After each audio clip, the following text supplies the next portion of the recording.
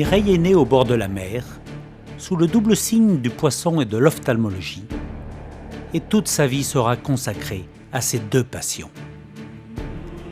Élue professeure à Lyon, elle se fait remarquer tout de suite par son intelligence, sa rigueur et la clarté de son enseignement.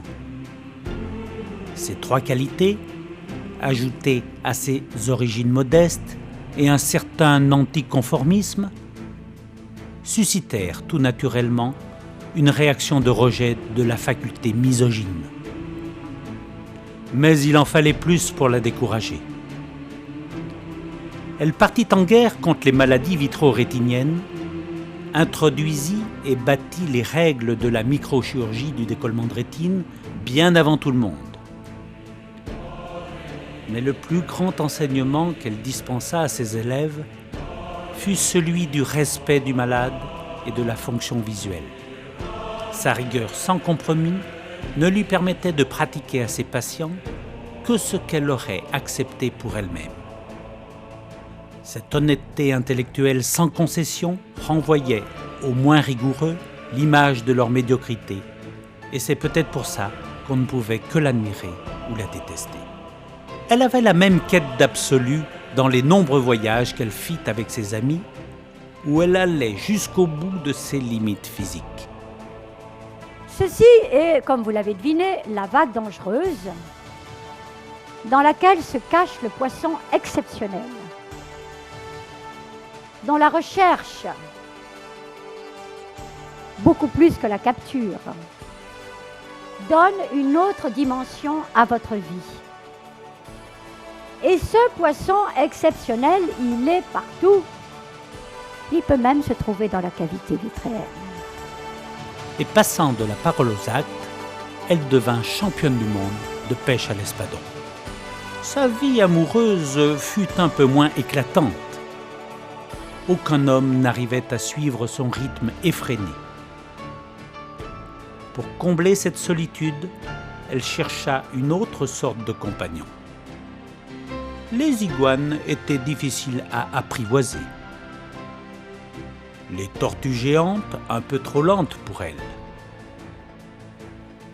Et soudain, la rencontre et toute la magie du coup de foudre. Jean, ce labrador courageux et mutin, sera son compagnon. C'est le début d'une longue histoire d'amour sans faille. Mireille fait ses consultations avec Jean. Les internes, les assistants sont fous de jalousie, rêvant de prendre la place du labrador dans le cœur de Mireille. Mais ils étaient obligés de reconnaître l'incroyable capacité de la patronne à trouver les déchirures, même dans les cas les plus difficiles. Seul un de ses élèves réussit un jour à percer le secret de Mireille. C'était pourtant un bon élève, mais sa curiosité fut la plus forte. Il oublia en un instant la bonne éducation que ses parents avaient eu tant de peine à lui transmettre. Cherche, Jean, cherche! Cherche, Jean, cherche! Tel était le secret de Mireille.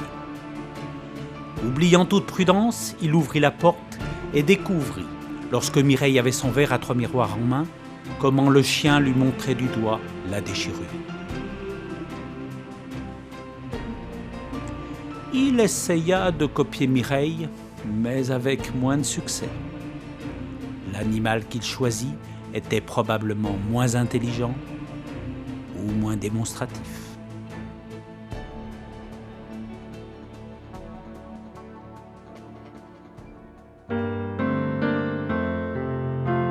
Quand la neige tombait, vous êtes partie, Mireille. Dans les flots bleus et mystérieux d'un long voyage, encore plus extraordinaire. Vous êtes partis sans vos amis qui restent là, sur la plage, seuls et désemparés. Mais nous vous avons aimé trop longtemps pour s'arrêter de le faire maintenant. I've been loving you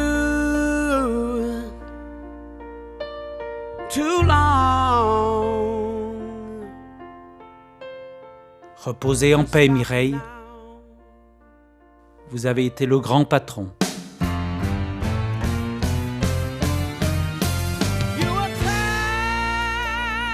Le grand maître à penser. Celui dont la rencontre suffit à remplir la vie d'un élève, sûr d'avoir été auprès de lui à la source de la vérité.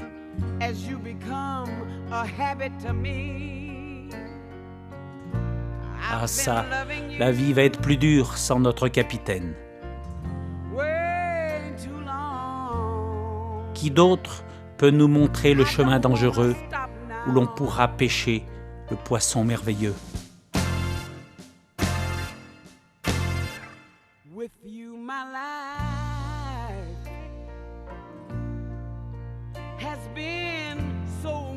Quel phare va nous conduire au travers des récifs pour rejoindre les lieux de vérité où la compromission n'a pas de place?